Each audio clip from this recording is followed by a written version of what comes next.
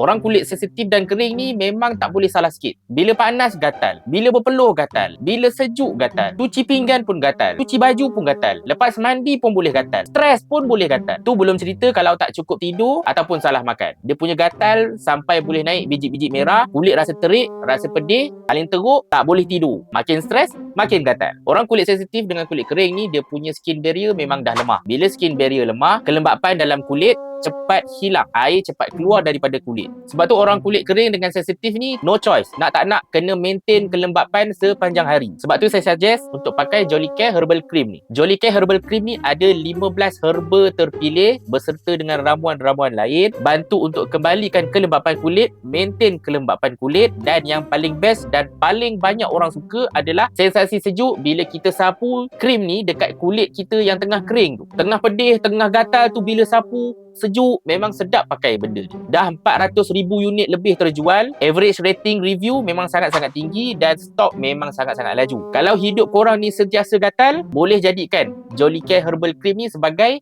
rutin harian korang.